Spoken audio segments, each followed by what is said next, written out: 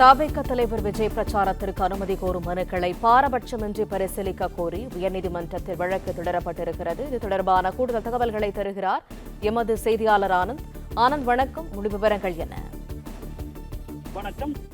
தமிழக வெற்றி கழக தலைவர் விஜய் மேற்கொள்ள உள்ள பிரச்சாரத்திற்கு அனுமதி கோரும் விண்ணப்பங்களை சம்பந்தப்பட்ட மாவட்ட காவல் கண்காணிப்பாளர்கள் பாரபட்சமின்றி பரிசீலிக்க காவல்துறை அதிகாரிக்கு உத்தரவிட டிஜிபிக்கு உத்தரவிட வேண்டும் என கோரி சென்னை உயர்நீதிமன்றத்தில் மனு தாக்கல் செய்யப்பட்டிருக்கிறது.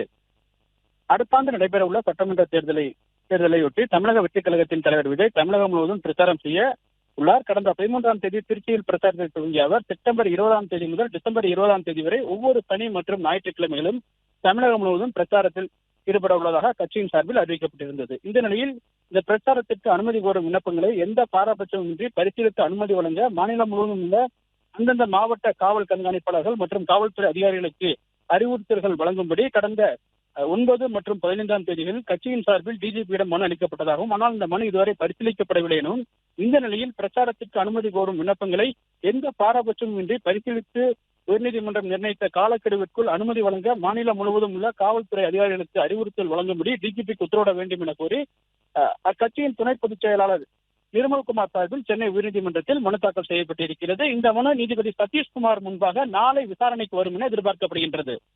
பிளே ஸ்டோர் மற்றும் ஆப் ஸ்டோரில் இருந்து பாலிமர் செயலியை QR கோடு மூலம் பதிவிறக்கம் செய்யுங்கள்.